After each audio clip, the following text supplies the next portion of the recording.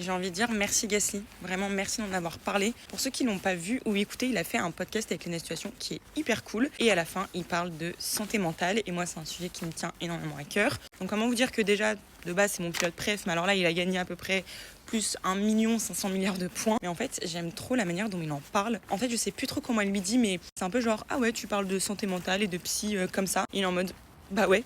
En fait, il normalise vraiment ce sujet-là et je trouve ça trop bien parce que c'est un fait et c'est pas du tout une critique ou un jugement. Mais aujourd'hui, c'est vrai que la santé mentale, c'est un peu tabou côté homme. Et du coup, je trouve ça trop bien qu'ils prennent la parole là-dessus et surtout qu'ils le normalisent à ce point-là. C'est d'ailleurs une des raisons, par exemple, pour laquelle j'adore Lando Norris. C'est parce qu'il parle de ses émotions, il montre sa vulnérabilité. Et en fait, mine de rien, ça l'a pas empêché d'être champion du monde l'année dernière. Donc ça prouve que voilà, parler de ses émotions et d'être vulnérable, ça change rien et c'est pas du tout une question de faiblesse. Et du coup, vraiment, je trouve que c'est trop bien qu'il y ait eu cette partie-là dans le podcast parce que comme c'est une personnalité publique, en plus que c'est un homme qui en parle, ça va permettre de toucher d'autres hommes et en fait même des femmes de manière générale et de montrer qu'il n'y a aucune honte et il le dit, je crois même mot pour mot dans son podcast, qu'il n'y a absolument aucune honte et en fait c'est même primordial et moi je sais que je suis un peu de cet avis-là de se dire que tout le monde devrait voir un psy et ça ne veut pas dire qu'on est fou ou qu'on va pas bien du tout. Et c'est d'ailleurs justement le deuxième point sur lequel je voulais réagir, c'est qu'il dit que lui il avait aussi un peu cette pensée-là de se dire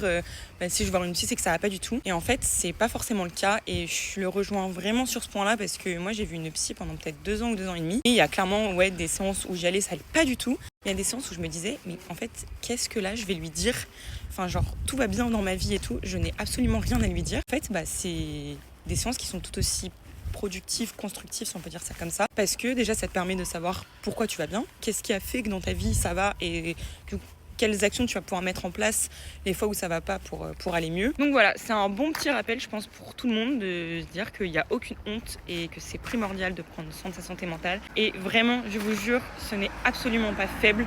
Encore une fois, il n'y a rien de plus fort et de plus courageux qu'une personne qui montre sa vulnérabilité et qui parle, que ce soit même à ses proches, à sa famille, à ses potes, peu importe. Mais en fait, c'est déjà une première étape qui est hyper courageuse. Donc vraiment, ne le voyez pas comme une faiblesse, voyez-le comme une force. Et vous allez voir que d'en prendre soin et de parler et de travailler sur soi comme ça, ça va vous amener que des bonnes choses par la suite et vous allez vous sentir de mieux en mieux. Donc, je vous souhaite vraiment à tous de le faire. Et comme je le dis à chaque fois, prenez soin de vous, prenez soin de votre santé mentale et je vous fais des bisous.